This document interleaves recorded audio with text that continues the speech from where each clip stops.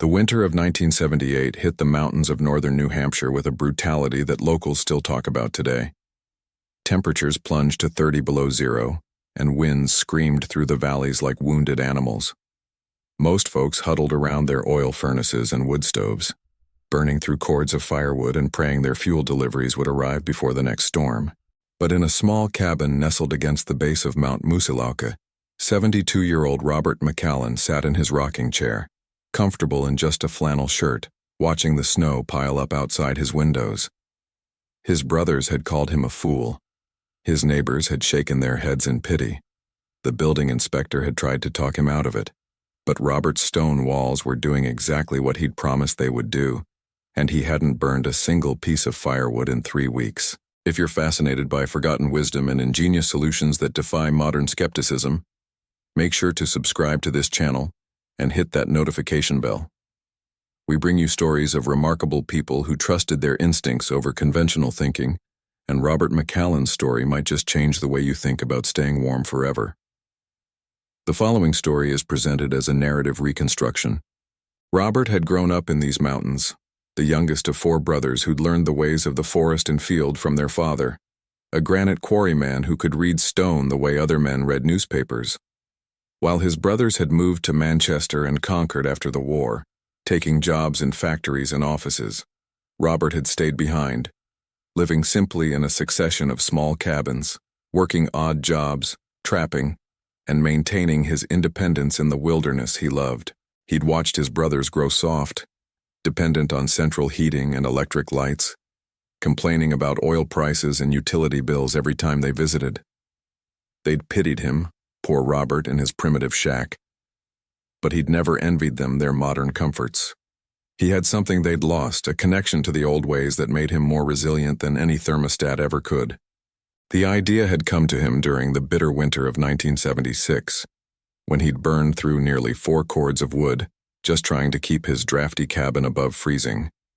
He'd been visiting the ruins of an old mill settlement up in the High Valley, a place that had been abandoned since before the Civil War, and he'd noticed something peculiar. The stone foundations of the old buildings held heat differently than anything he'd experienced. When the sun hit them during the day, they seemed to drink in the warmth, and at night, long after the temperature had dropped, those stones still radiated a gentle heat that you could feel if you pressed your hand against them. He'd sat there for hours, studying those ruins, letting his mind work through possibilities that most men would have dismissed as impossible. Robert understood stone in his bones. His father had taught him which granite held its structure best, which limestone would crumble under pressure, which fieldstone could bear weight and which would shift and settle. He'd spent 60 years watching how stone behaved in different seasons, how it expanded and contracted, how it absorbed and released moisture, how it conducted and held temperature. What he was imagining now would have sounded like madness to an engineer, but to Robert, it made perfect sense. He could build walls that would capture the meager winter sun and hold its warmth through the long frozen nights, not with insulation or modern materials, but with carefully selected stone, precisely placed, following principles that the old-timers had understood before they'd been forgotten. When he'd mentioned his plan to his brothers during Christmas dinner that year, the response had been exactly what he'd expected. Thomas, the eldest, who managed a hardware store in Manchester, had actually laughed out loud. "Bobby, stone walls won't keep you warm. They'll make you colder. Stone draws heat out of a building. That's basic physics." Daniel, who worked as an insurance adjuster, had been more condescending. "You're talking about building a cabin out of rocks? At your age?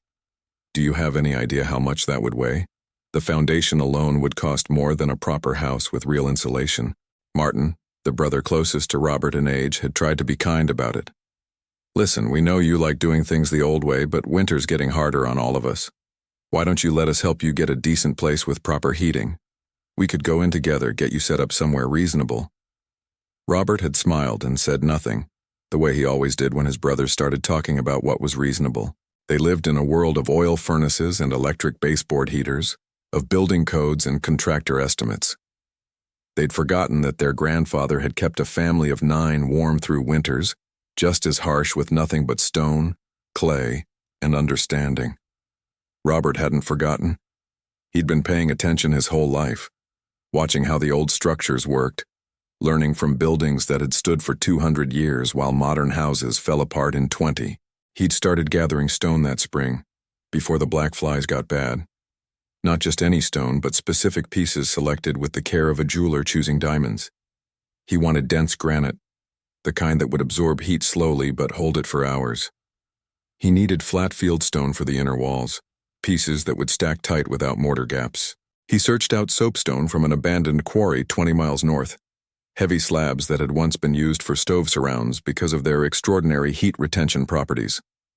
His brothers heard about his rock collecting from neighbors and called him, worried he was losing his mind. "You're 71 years old, Bobby, hauling stones around like you're building the pyramids. Please, just let us help you get a regular house." But Robert wasn't building a regular house. Through that summer and into the fall, he worked with the steady patience of a man who'd never been in a hurry about anything. He dug his foundation down 4 feet, below the frost line, and filled it with carefully selected stones set in a matrix of clay he'd dug from the riverbank and mixed with lime he'd burned himself from limestone. He built his walls 2 feet thick, not with random rubble, but with an intricate pattern he'd designed in his head. The outer wall was dense granite, dark stone that would absorb every possible ray of winter sun. Then came a 6-inch gap, and this was the crucial part, the element that made his brother's mockery especially ignorant. That gap wasn't empty. He'd filled it with smaller stones, carefully graded by size, creating thousands of tiny air pockets that would trap heat like a wool blanket traps warmth against skin. The inner wall was lighter-colored fieldstone, selected because it would reflect heat back into the room rather than absorbing it. And on the very inside, he'd plastered a thin layer of clay mixed with mica he'd panned from the streams, creating a surface that would glow when lamplight hit it and radiate captured warmth long into the night. He built his windows small and deep, set into the thick walls at angles he'd calculated by watching where the winter sun tracked across the southern sky. Every detail had a purpose. Every stone was chosen and placed with intention. This wasn't construction, it was orchestration, and Robert was conducting a symphony that would play out over the long winter months. His brothers visited in October, just before the first snow, and their concern had turned to outright alarm. The cabin looked nothing like what they'd expected. It was low and solid, built into the hillside like it had grown there, with walls so thick the windows looked like gun ports in a fortress. "Jesus Christ, Bobby, this looks like a medieval dungeon," Thomas had said, walking around the structure with undisguised horror. "You're going to freeze to death in there. Stone doesn't insulate, it conducts. You've basically built yourself a tomb." Daniel had been more analytical in his criticism. "I don't see any chimney. Where's your wood stove going to vent? And these windows are so small you won't be able to see anything. How are you going to get furniture through that door?" Martin had just looked sad. "Please don't stay here this winter. Come stay with me. We'll figure something out for you in the spring." Robert had thanked them for their concern and showed them to their cars. He knew they meant well, but they were looking at his cabin through eyes that no longer understood what they were seeing. They saw primitive stonework where there was actually sophisticated thermal engineering. They saw darkness where he'd created a warm cave that would glow with retained heat.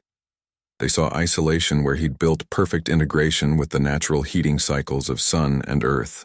They couldn't imagine that their little brother, who'd never finished high school, who'd spent his life trapping and doing odd jobs, might understand something about staying warm that their expensive educations had never taught them. The first real cold snap came in November, 2 weeks earlier than usual, and the temperature dropped to 15 below. Robert's brothers called, genuinely frightened for him now, begging him to reconsider, to come stay with one of them until spring. He'd reassured them he was fine, and he was. More than fine. During the brief daylight hours, even weak November sun warmed the dark outer stones of his south wall, and that heat sank deep into the 2-foot thickness, spreading through the intricate network of stone and air pockets. At night, when his brothers were adjusting their thermostats and feeding their wood stoves, Robert simply closed his insulated shutters and let his walls do their work. The inner stones released their captured warmth gradually, steadily, keeping the cabin at a comfortable temperature without any additional heat source at all. He'd built a small firebox, not for heating but for cooking, and on the coldest nights he might burn a few sticks of wood just to make tea or cook soup. But he didn't need it for warmth. His walls were performing exactly as he'd known they would, and he spent those long winter evenings reading by lamplight, comfortable in his flannel shirt, listening to the wind howl outside while his brothers shivered in their modern houses, feeding their furnaces and watching their fuel bills climb. He didn't gloat. That wasn't his way. But he did allow himself a quiet satisfaction that came from trusting his own understanding over everyone else's certainty. December brought the real test. A massive Arctic front settled over New England, pushing temperatures down to 30 below and holding them there for days. The wind chill made it feel even colder, and across the region, people struggled to keep warm. Furnaces ran constantly. Wood stoves glowed red-hot. Emergency shelters opened in the towns for people whose heating systems couldn't keep up. Robert's brothers didn't call this time. They assumed he was dead, frozen solid in his stone tomb, and they were making plans to drive up together when the weather broke to recover his body and deal with the aftermath of his stubbornness. But Robert was perfectly comfortable. More comfortable, in fact, than he'd ever been in any winter of his life. His thick walls had been absorbing heat since September, building up a thermal mass that now sustained him through even the worst cold. The temperature inside his cabin never dropped below 60 degrees, even when it was 40 below outside. The stone floor was warm under his feet.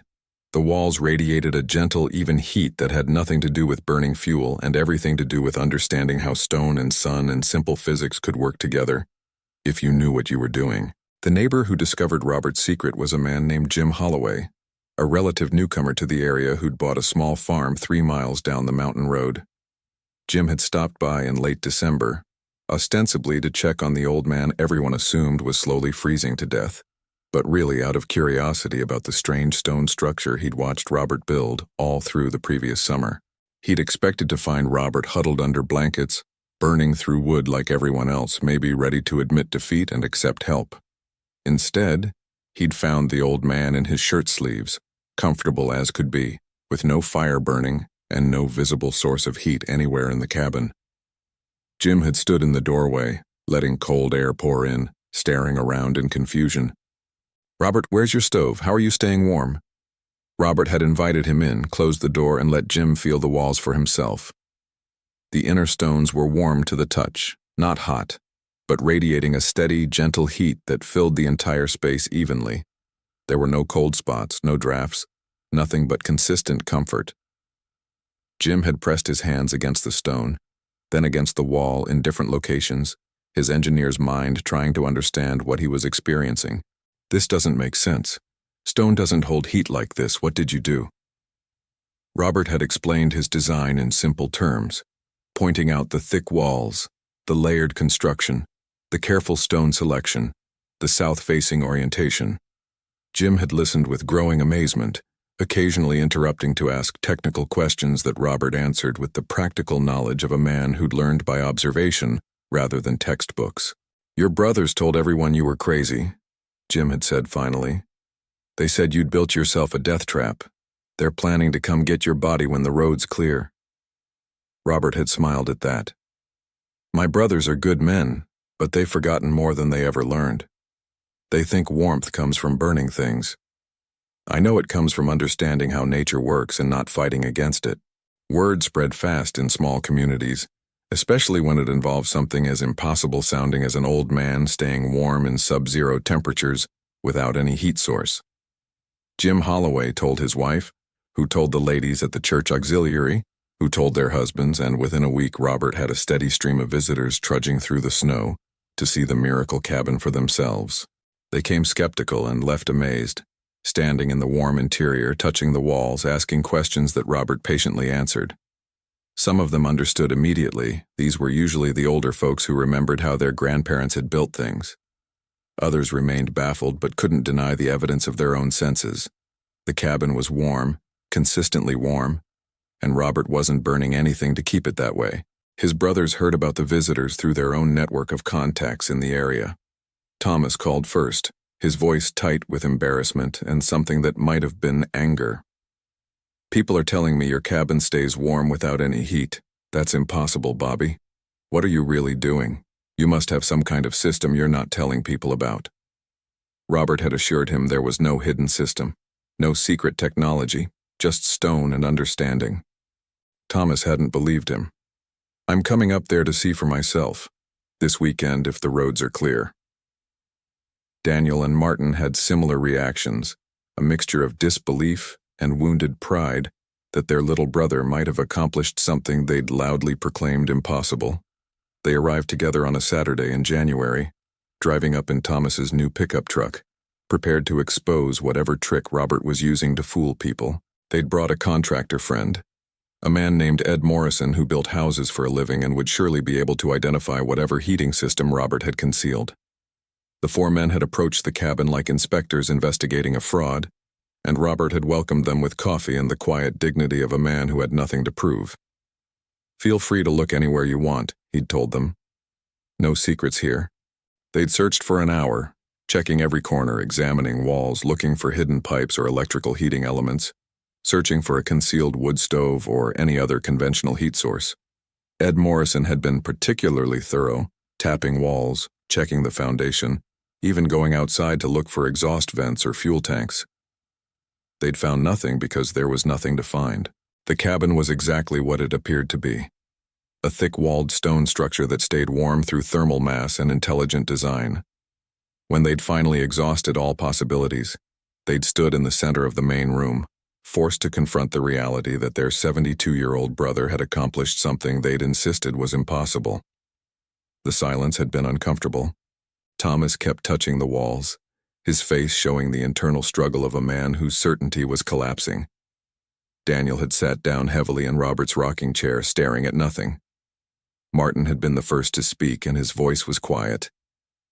Bobby, I don't understand how this works, but I can feel that it does work. We were wrong. I'm sorry we laughed at you. Ed Morrison, the contractor, had been more effusive. Mr. McCallan, I've been building houses for 30 years, and I've never seen anything like this. The thermal mass alone shouldn't be enough to maintain this temperature, but somehow it is. Would you be willing to explain your methods? I have clients who spend fortunes on heating bills.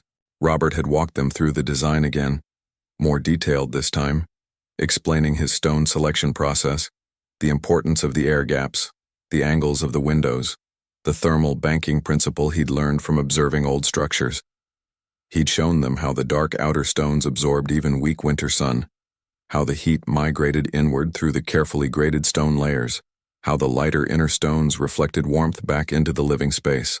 He'd explained his plastering technique, the mica-enriched clay that helped radiate heat, the thick shutters that sealed in warmth at night. Thomas had listened with increasing frustration, not at Robert, but at himself. This is basic thermodynamics. Why didn't I see it? I sell building materials for a living, and I told you this wouldn't work. The visit had ended with his brothers apologizing, genuinely and humbly, for their mockery and their certainty. They'd asked if they could bring other people to see the cabin, friends and business associates who might benefit from understanding Robert's methods. He'd agreed, with one condition, that anyone who came would listen with respect and not treat him like a curiosity or a fool who'd gotten lucky. They'd agreed immediately, and over the following weeks, Robert's cabin became an unlikely destination for builders, architects, and homeowners, struggling with heating costs and looking for alternatives to expensive conventional systems. The spring of 1979 brought an unexpected transformation to Robert McCallan's quiet life. What had begun as a simple solution to his own heating problem had sparked something larger. A revival of interest in building methods that modern construction had dismissed as obsolete. Architects drove up from Boston and Burlington, notebooks in hand, measuring his walls and photographing every detail. University professors brought students to study the thermal properties of his layered stone construction. Magazine writers interviewed him.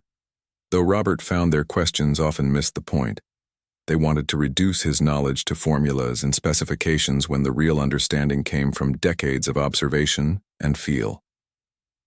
The most significant visitor arrived in April, a wealthy businessman from Connecticut named Gerald Ashford, who owned a chain of hardware stores and had grown frustrated with the rising costs of heating his own large farmhouse.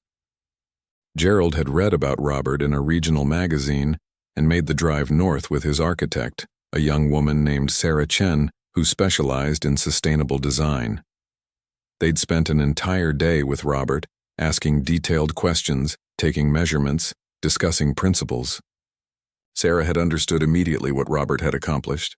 She'd studied traditional building methods in graduate school and recognized that he'd rediscovered techniques that pre-industrial builders had used intuitively. Gerald had made Robert an offer that afternoon. "Mr. McCallan, I want to build a house using your methods. A large house, something that will prove these principles work at any scale. I'll pay for everything, materials, labor, whatever you need. All I ask is that you oversee the construction and teach my builders how to do this properly. If it works, if we can heat a 4,000 square foot house the same way you heat this cabin, I'll fund the construction of 10 more houses for families who can't afford their heating bills. We'll document everything and make the information freely available." Robert had been 73 years old, comfortable in his retirement, with no particular desire for fame or involvement in large projects, but the offer appealed to something deeper than comfort. The possibility of preserving knowledge that was disappearing, of proving that the old ways weren't inferior to modern methods, just different, and in some cases superior. He'd agreed, with conditions. He would supervise, but he wouldn't be rushed. The house would be built properly or not at all. Gerald had accepted immediately, and by June, construction had begun on a large property overlooking Lake Winnipesaukee. Robert's brothers had watched this development with mixed emotions. They were proud that their little brother was finally getting recognition, but also somewhat resentful that recognition had come from outsiders rather than from them. Thomas, in particular, struggled with the irony that he was now selling building materials to contractors who wanted to try Robert's methods, the same methods he'd ridiculed 2 years earlier. But pride eventually overcame resentment, and all three brothers became advocates for Robert's work, telling anyone who would listen about their brilliant little brother, who'd outsmarted the entire construction industry. The Ashford house took 18 months to complete. Robert insisted on personally selecting every major stone, teaching the work crew how to identify the right density, the right thermal properties, the right structural characteristics. He supervised the wall construction with exacting standards, rejecting work that didn't meet his specifications, explaining endlessly why certain details mattered. Sarah Chen documented everything, creating detailed drawings and specifications that could be replicated. The crew, initially skeptical of taking orders from an elderly man with no formal training, gradually developed deep respect for Robert's knowledge and precision. Young builders came from across the region to work on the project, drawn by word of mouth and the chance to learn something that wasn't taught in trade schools or apprenticeship programs. Robert found himself becoming a teacher in ways he'd never anticipated. He'd spent his life working alone, talking mainly to himself and the occasional visitor. But now he had a dozen eager students asking questions, taking notes, trying to understand not just what he did, but why he did it. He discovered he had a gift for teaching, a patience and clarity that came from truly understanding his subject at a fundamental level. One young man in particular, a carpenter named David Torres, who'd grown up in Massachusetts, became Robert's most devoted student. David had been struggling to make a living in conventional construction, building cheap houses that he knew would fall apart in 20 years, and he'd heard about the Stonehouse project from a friend. He'd shown up at the construction site asking for work, and Robert had hired him on the spot after watching him handle stone for 10 minutes. "You've got the touch," Robert had told him. "Most people try to force stone into place. You're listening to what it wants to do."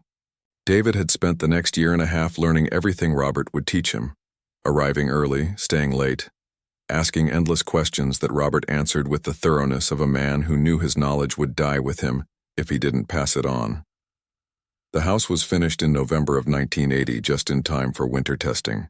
It was magnificent, a sprawling structure that looked both ancient and timeless, with massive stone walls, carefully placed windows, and an interior that glowed with warmth even before the first cold snap arrived. Gerald Ashford moved in with his family, and Robert visited weekly through that first winter, monitoring performance, making minor adjustments, teaching the family how to work with their house rather than against it. The heating bills that first winter were less than a tenth of what Gerald had paid in his previous home, and the comfort level was superior. No cold spots, no drafts, just consistent, gentle warmth that the stones provided naturally. News of the Ashford house spread through architectural and building communities like wildfire. Gerald kept his promise, funding the construction of 10 houses for low-income families over the next 3 years, all using Robert's methods, all supervised by the old man who'd become an unlikely guru of sustainable building. Robert trained a cadre of builders in his techniques, men and women who understood that this wasn't just about stacking stones, but about understanding thermal dynamics, solar orientation, material properties, and the patient observation of how buildings actually perform over time. His brothers became his unofficial publicists and business managers. Thomas leveraged his hardware store connections to supply materials for Robert's projects at cost. Daniel used his insurance industry knowledge to help navigate the regulatory challenges of building code officials who didn't know how to classify stone thermal mass construction. Martin, who'd retired from his office job, became Robert's assistant, learning the old man's methods and helping teach them to others. The four brothers, who'd been divided by different life choices and mutual incomprehension, found common purpose in preserving and spreading knowledge that their father and grandfather would have recognized instantly. The reconciliation between Robert and his brothers became as much a part of the story as the houses themselves. Thomas, who'd been the most vocal critic, became the most passionate advocate, writing articles for trade publications about the economic and environmental benefits of thermal mass construction. He'd stand in Robert's cabin on cold winter days, bringing potential clients and investors, pointing out details with the pride of a man showing off his own accomplishment. "My little brother built this with his own hands," he'd say. "No power tools, no heavy equipment, just stone and knowledge and patience. And it works better than anything modern engineering has produced." Daniel had his own form of redemption. He'd spent years assessing risk and damage for insurance companies, evaluating what could go wrong with buildings and how much it would cost. Now he was evaluating what could go right, how structures built with Robert's methods actually became more stable over time, how thermal mass construction eliminated many of the common failure points of conventional buildings. He wrote reports that influenced building codes and insurance classifications, using his professional credibility to legitimize techniques that regulators had initially viewed with suspicion. Martin's contribution was more personal. He'd always been closest to Robert in temperament, quieter than his older brothers, more comfortable with simplicity.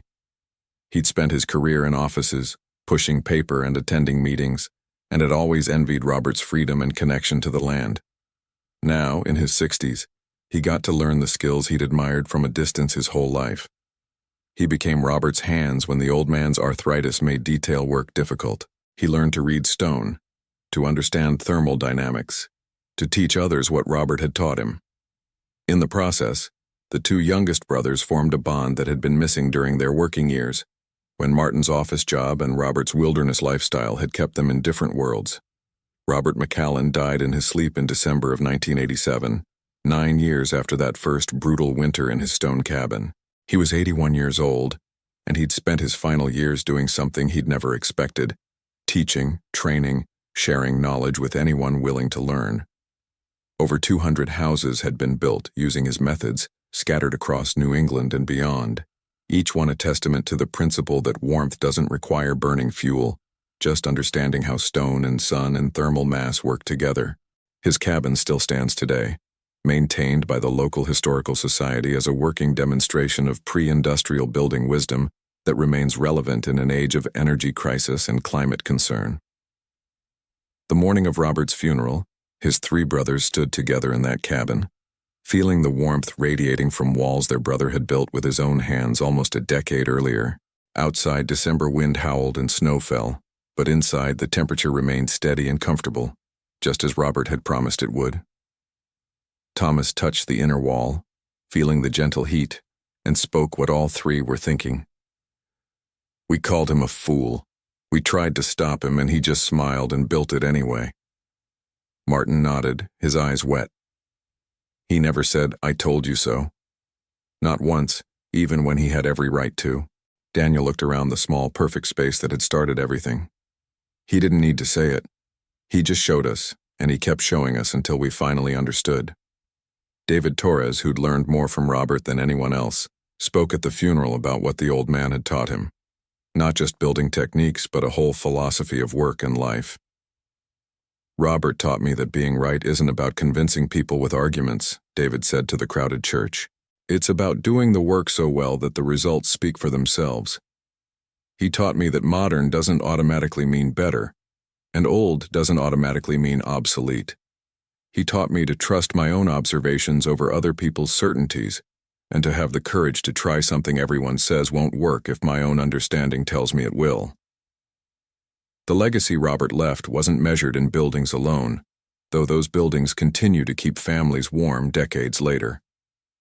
His real legacy was the restoration of confidence in traditional knowledge, the demonstration that formal education and modern technology don't hold monopoly on solutions, that sometimes an elderly man with a lifetime of observation and a willingness to trust his own understanding can accomplish what experts insist is impossible. In a world increasingly dependent on complex systems and expensive infrastructure, Robert McCallum had proven that simplicity, properly understood and carefully executed, remains one of humanity's most powerful tools. His stone walls still stand, still warm, still teaching anyone patient enough to pay attention that the old ways aren't old because they're obsolete. They're old because they work, and they've been working since long before anyone thought to call them primitive.